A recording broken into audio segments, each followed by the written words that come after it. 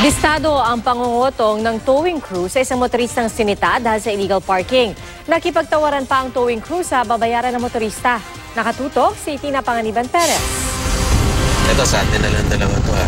Kasi Aminado ang nag-upload ng video na ito na illegal siyang pumarada sa 20th Avenue sa Cubao, Quezon City.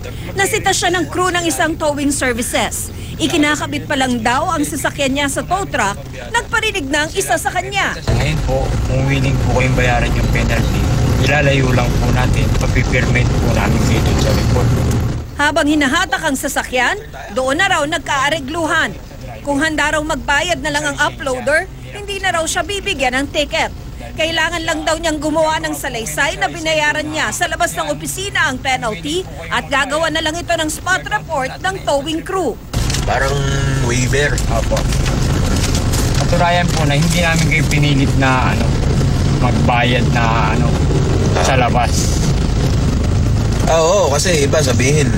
Pinilit namin na nagbayad sa labas. Na, extortion. Gawin na natin para hindi na kayo mapagod, di ba? Ang sinisingal ng towing crew, 4,500 pesos. Pero pumalag ang uploader. Ito yung rate ko ay 1.5 po ang towing. Yung mula dyan sa pinagkuhanan sa inyo hanggang doon po sa opisina. Nagpatuloy pa rin ang tawaran. Kasi 5 kilometers na opisina ko eh. Ay, 5 kilometers lang po hanggang doon? Oo. 1,000 lang po yun. Oo, kaya nga tinatanong sa'yo.